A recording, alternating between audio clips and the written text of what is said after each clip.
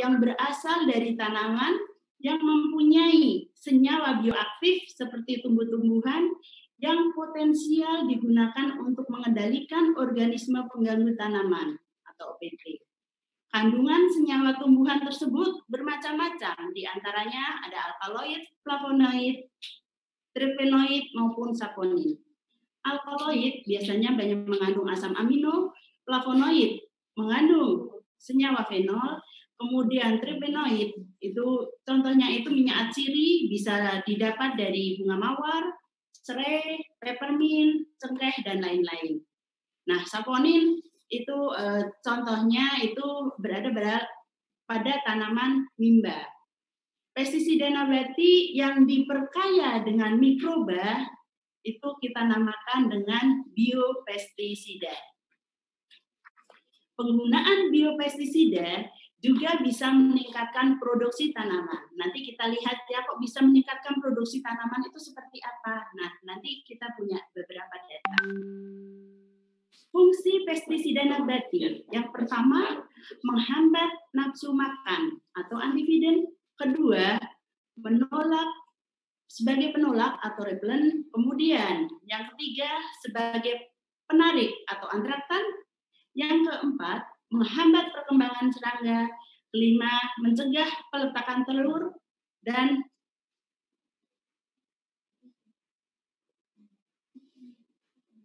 ini file yang enggak benar.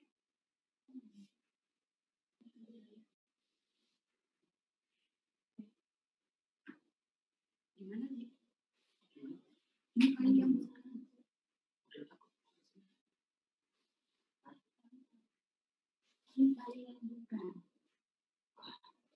Karena tadi belum dikasih. Nggak bisa itu flash-disknya. Udah itu langsung aja. Nggak usah.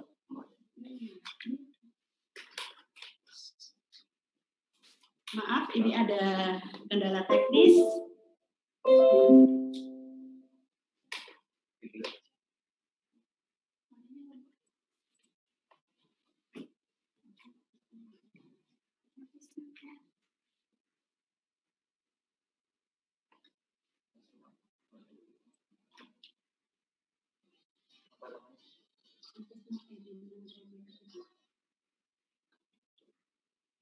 Teman untuk berlalu.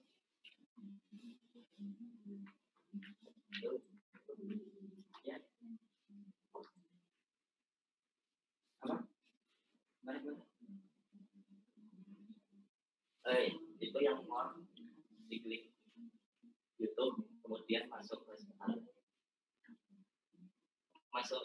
emailnya live itu. Iya, dari host. Hostnya kan di sana. Host nggak bisa.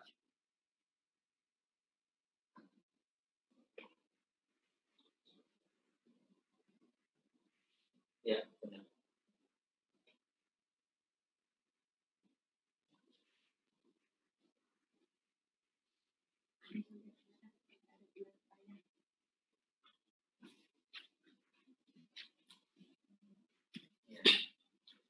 Nah, ini keuntungan pestisida nabati.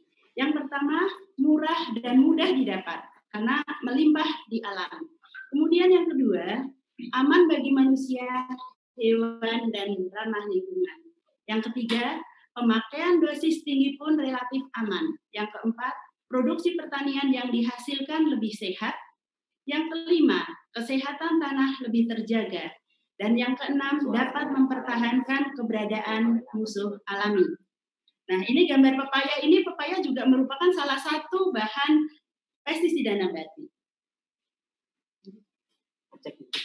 Bahan pestisida nabati, yang pertama, ini contoh ya, bahan pestisida nabati itu bermacam-macam dan di sekitar Bapak Ibu tentunya banyak sekali. Yang pertama, ini contohnya buah maja, kemudian itu ada binahong, ada lantana camara, ada mahoni, ada babandotan, dan ada serai wangi. Kemudian kecubung, gadung, sirsak, daun galam, maupun jingah. Bahan pestisida nabati dan kandungan senyawanya. Yang pertama, sirsak. Sirsak ini mengandung senyawa tanin, alkaloid, dan cara kerjanya sebagai racun kontak, dapat sebagai penolak, penghambat perkembangan serangga maupun insekta atau insekta. Kemudian putri malu. Putri malu besar, ini maaf ya, ini tulisannya kami salah, kumis kucing ya, yang benar ini putri malu.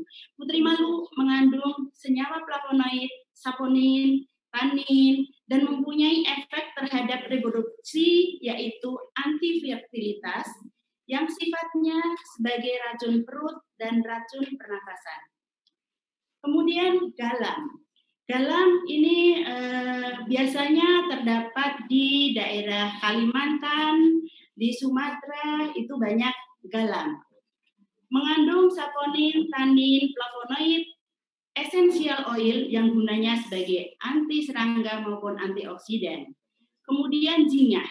Jingah ini juga banyak kita jumpai di daerah Kalimantan, yaitu jingah ini merupakan tanaman beracun. Jadi getahnya itu bisa membuat kulit kita itu menjadi iritasi, gatal-gatal, dan mengandung senyawa flavonoid. Untuk teknik pembuatannya itu pertama bisa dengan cara di blender atau ditumbuk atau di grinding, bisa dilakukan secara basah maupun kering. Kemudian yang kedua itu direbus, lebih tahan lama dalam penyimpanan. Nah, kalau direbus ini lebih tahan lama dalam penyimpanan. Kemudian yang ketiga, dengan cara direndam, itu langsung maupun diekstrak terlebih dahulu. Nah, insektisida ini kecubung sama srikoyo ya, ini juga merupakan salah satu bahan pestisida nabati. Buah maja. Nah, untuk biopestisida buah maja atau pestisida nabati buah maja, ini caranya juga sangat sederhana, yaitu kandungan senyawanya itu saponin, tanin, dan buah maja ini tidak disukai oleh penggerek batang. Nah, kalau misalnya di lingkungan Bapak Ibu ada buah maja dan banyak tanaman padi, ini bagus juga digunakan sebagai pestisida nabati. Nah, pestisida nabati itu untuk pencegahan ya, bukan setelah ada serangan hama yang banyak baru disemprot, itu tidak akan efektif. Jadi untuk pencegahan supaya ini tidak disukai oleh penggerek batang, dan caranya juga ternyata sangat mudah kita membuatnya, hanya kita buka kulitnya, tapi ini pembukaan kulit di sini dengan cara kita pukul-pukul di kelupas. Ternyata ada teknik yang lebih lebih canggih, atau ini pengalaman para petani ya. Itu pengalaman masyarakat ada terutama di masyarakat di Baru, di Maros, di Makassar.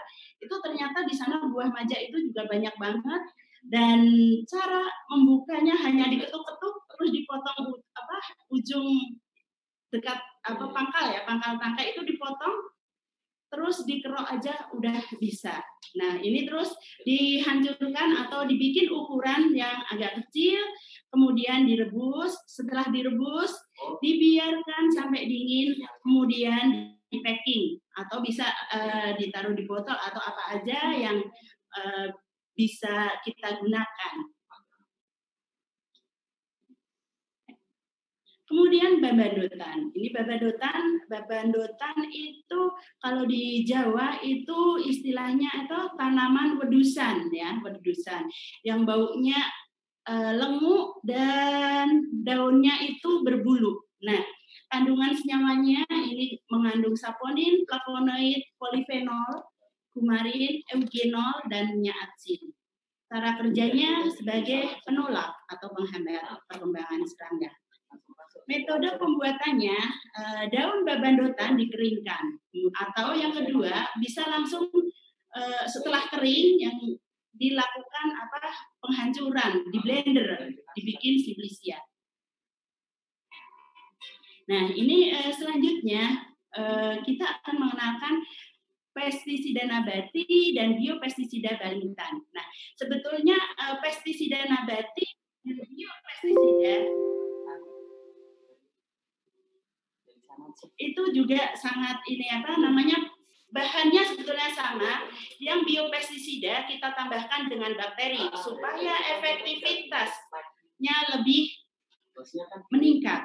Jadi kalau pestisida nabati ini yang dipunyai oleh Balintan ada 2 jenis. Yang pertama adalah Segartan PB.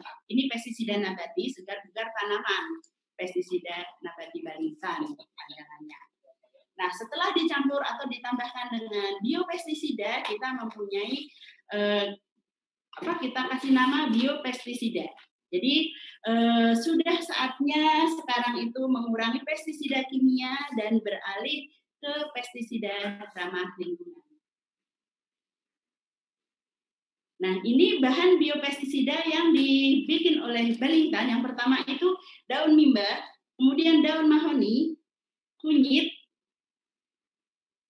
urin sapi, asap cair, dan air. Manfaat masing-masing bahan. Yang pertama, mimba mengandung azadirektin yang mekanismenya mempengaruhi reproduksi, dapat sebagai penolak, penghambat pengembangan serangga. OPT sasarannya itu warna coklat dan penderek batang. Kemudian yang kedua, mahoni mengandung senyawa flavonoid, mempunyai efek terhadap reproduksi, yaitu sebagai antifertilitas yang sifatnya sebagai racun perut maupun racun pernapasan. Yang ketiga, kunyit mengandung kurkuminoid yang fungsinya untuk menghambat jamur dan mempunyai sifat pengendali hama dan jamur. Kemudian asap cair atau liquid smoke ini mengandung senyawa fenol, ini sebagai disinfektan untuk mempertahankan tanaman.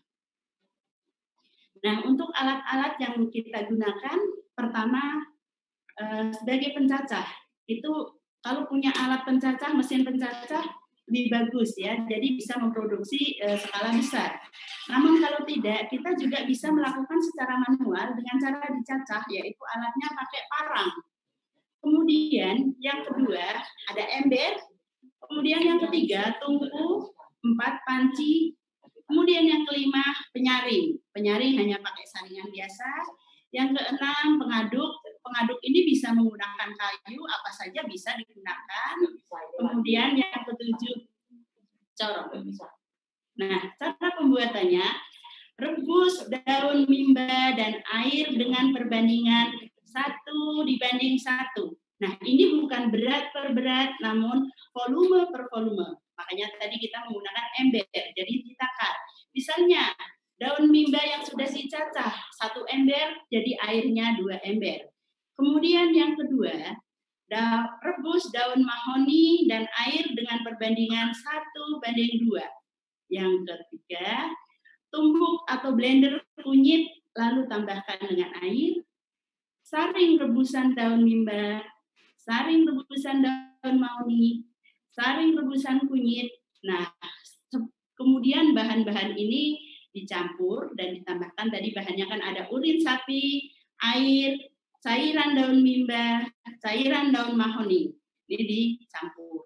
Kemudian aduk-aduk hingga homogen. Lalu masukkan kunyit sedikit demi sedikit sambil diaduk.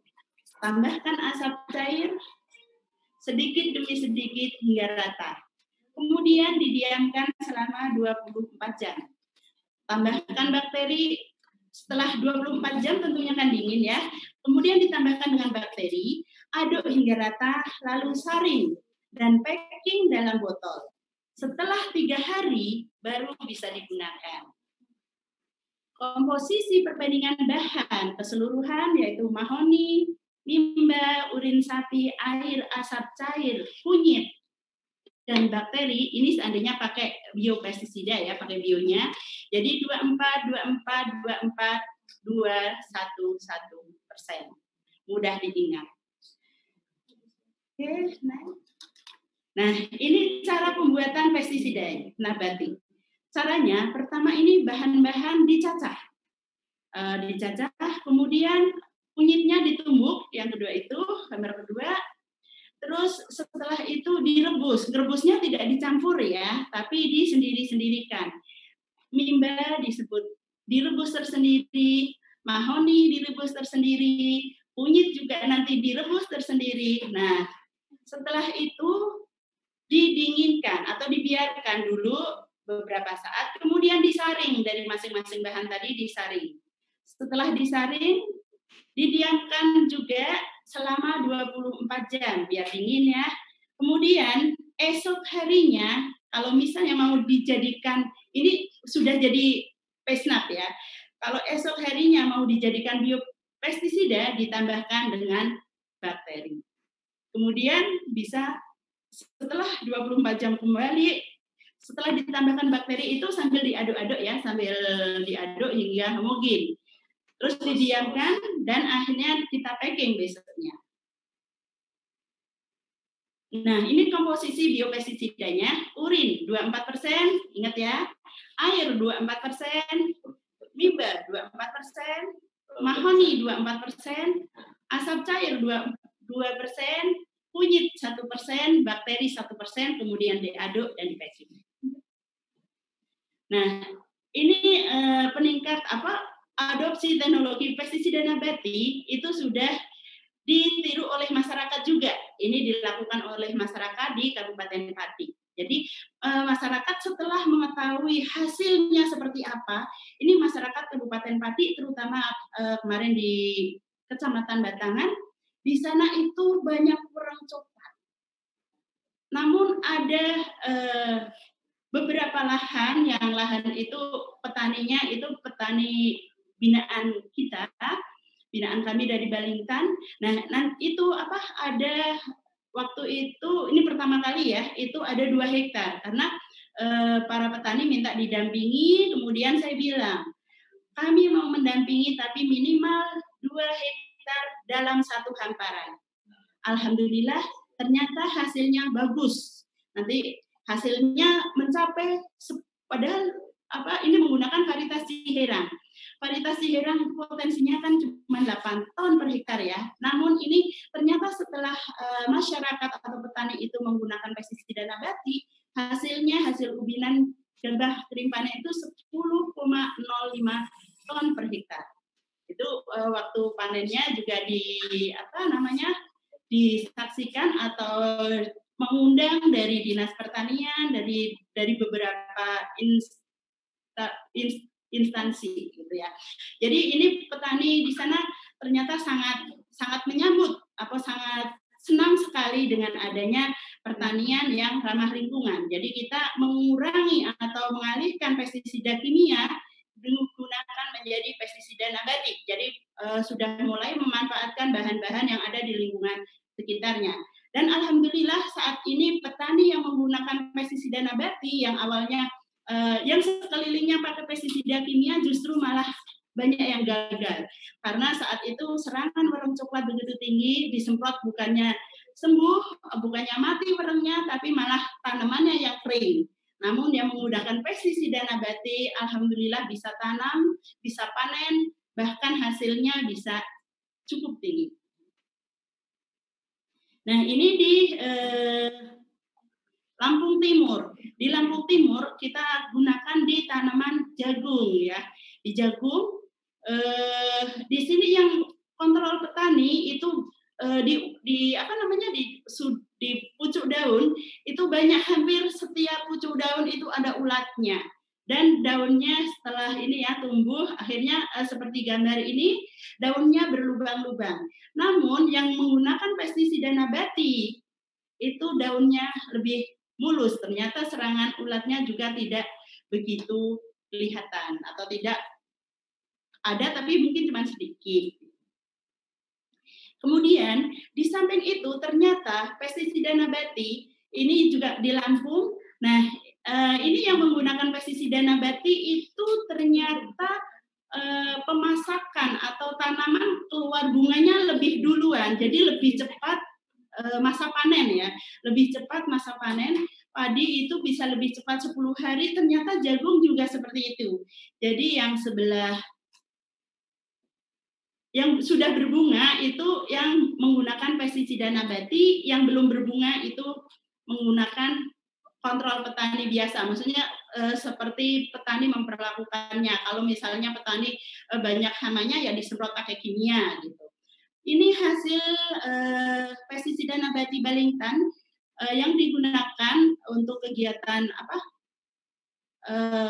semacam denplot di sana di Lampung. Ini jagungnya juga besar-besar. Di sini juga ada teman-teman dari Taman Bogo, di situ ada Mas Samsun, ada Pak Koko, Pak Tarji. Nah, ini ternyata oleh petani sana setelah melihat penggunaan pestisida nabati itu produksinya bisa meningkat, akhirnya petani juga mengaplikasikannya pada komoditas lain, yaitu cabai, kacang panjang, bahkan ada beberapa tanaman seperti kacang-kacangan yang lain ya. Terus pare juga disemprot pakai pestisida nabati.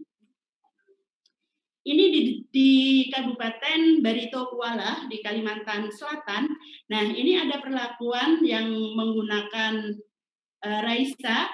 Ini juga perlakuannya full. Jadi menggunakan dolomit, menggunakan varietas unggul. Di sana ini menggunakan Impara 2 karena di lahan rawa ya. Di ini. Kemudian yang menggunakan pestisida nabati itu produksinya bisa dilihat. Nah, ini yang tengah itu produksinya 6,5 ton per hektar. Ini menggunakan pestisida nabati Balingtan. Dan yang paling kanan itu menggunakan pestisida nabati daun galam. Nah, daun galam di sana ternyata kan Balingtan terinspirasi pada saat ada HPS di Jejangkit. Nah, itu sepanjang jalan kami menemukan daun-daun galam itu berserakan di tepi sungai, bahkan ada di lahan-lahan petani yang tanaman galamnya di sana hanya dipanen kayunya, ternyata daunnya dibuang begitu saja. Oleh sebab itu begitu kami lihat ini, kami ambil daunnya, kami remes, ternyata daunnya berbau minyak kayu putih, kayak minyak kayu putih gitu kan. Terus akhirnya kita ngambil sampel, kita uji, kita bawa ke Balingtan, kita bawa daun galam dari Kalimantan bawa ke Balingtan, terus kita uji cobakan pada Spodoptera awalnya ya, pada Spodoptera kebetulan ada mahasiswa magang, ternyata bagus, efektif juga. Akhirnya kita gunakan untuk kegiatan tahun 2019, kita menggunakan juga pestisida nabati bahan lokal yang ada di sana, di Kalimantan ya, di Batola, itu menggunakan daun galam. Itu gambaran padinya yang pertama kali itu kondisi kita habis tanam itu seperti itu yang paling kiri ya. Kemudian itu setelah kita gunakan pestisida nabati menjadi lebih bagus dan akhirnya juga panen. Ini pestisida nabati juga diadop oleh KKP di Kementerian Kelautan Perikanan di Kabupaten Baru, Maros, Makassar ya. Jadi di sana itu ada kegiatan pandu. Jadi padi, udang, windu. Nah, awalnya mereka akhirnya menghubungi Balingtan karena gini kegiatan pandu ada serangan penggerek batang, disemprot pakai regen, orang yang nyemprot baru belum selesai nyemprot ya, pokoknya selesai baru disemprot, nggak selang lama kemudian udangnya pada keliengan. Jadi akhirnya nggak jadi disemprot, terus menghubungi Balingtan, kami sarankan untuk menggunakan pestisida nabati. Alhamdulillah akhirnya juga panen. Namun di sana itu di tepi-tepi sungai banyak buah maja ya. Tapi buah maja itu tersendiri tidak meracuni ikan, meracuni udang. Jadi tidak kami sarankan untuk menggunakan buah maja kalau udang, tapi kalau ikan aman. Jadi udang yang kegiatan pandu, udang yang sudah kita semprot pakai pesnat buah maja, itu udangnya tidak lama kemudian akan memerah dan akhirnya mati. Jadi kita juga harus selektif memilih tanaman. Nah, ini juga sudah diadopsi oleh kelompok tani di Desa Sidomulyo, Kecamatan Tamban Catur, Kabupaten Kapuas, Kalimantan Tengah. Nah, ini hasilnya biasanya petani itu panen maksimal itu 2 ton per hektar. Kemudian setelah pakai pestisida nabati itu bisa mencapai 3 ton per hektar. Ini gambarannya, lanjut. Ini di Kecamatan Jejangkit, Batola, juga petani sudah mengadopsi, selain kita ada kegiatan serasi di sana, tapi petani banyak juga yang sudah membuat sendiri. Jadi sudah meniru, kami melakukan bimtek di sana itu pakai daun galang. Akhirnya juga ini banyak petani yang meniru, buat sendiri, diaplikasikan pada beberapa tanaman, baik sayuran maupun tanaman pangan atau tanaman padi, dan produksinya juga meningkat bagus. Terus serangan waktu itu wereng juga berkurang, terus penggerek batangnya juga berkurang dibanding dengan yang tidak menggunakan pestisida nabati tapi menggunakan pestisida kimia, justru malah lebih bagus yang menggunakan pestisida nabati.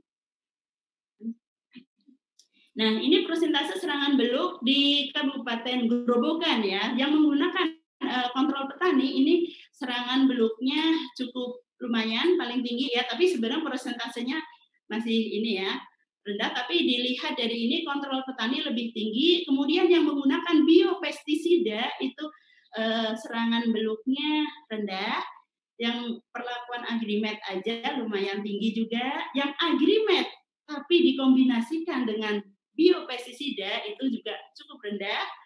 Kemudian Jospi dan Jospi Biopest.